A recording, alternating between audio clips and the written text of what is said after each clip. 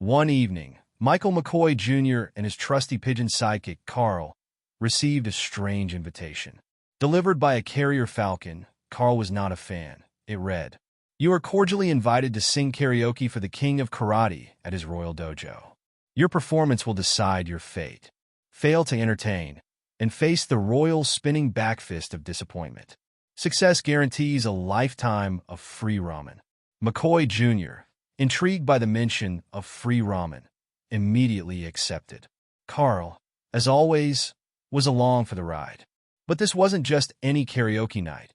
It was rumored that the King of Karate, a man named King Ki, judged talent as ruthlessly as he performed flying roundhouse kicks. And he was known to knock singers out of the competition with a mere glare if their high notes fell flat. As they arrived at the majestic dojo palace, they were greeted by King Ki's entourage, an army of bodyguards wearing black belts with gold trim. Each carried a karaoke microphone holstered like a weapon, ready for impromptu showdowns.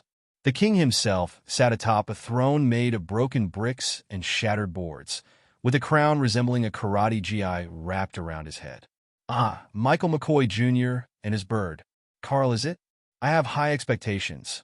"You may begin," the king declared, his voice echoing like a ki shout across the dojo.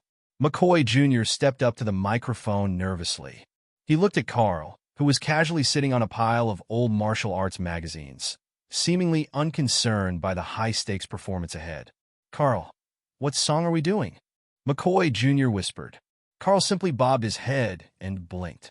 Clearly, he hadn't thought this through. The music started.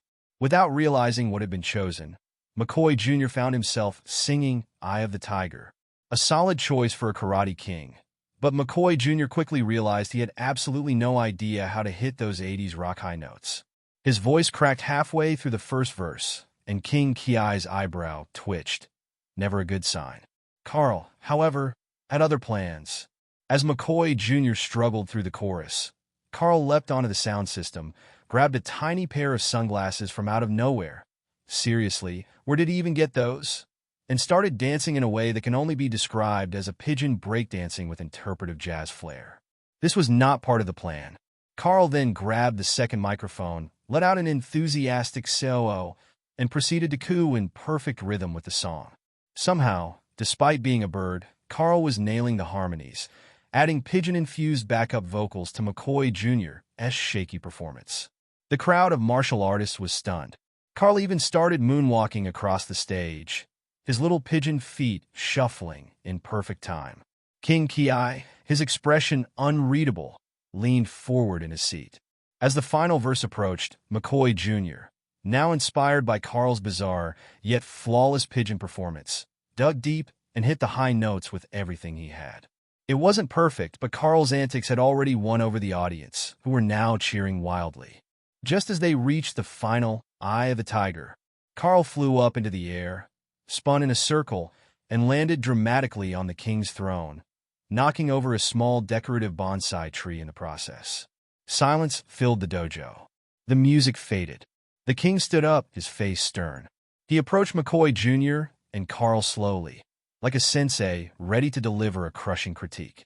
Then, unexpectedly, King Ki broke into a huge grin. "That," he said, "was the weirdest, most entertaining thing I've ever seen. Not only did you survive my test, but your bird has shown me a new level of martial arts karaoke mastery. I have never seen such pigeon precision in a performance."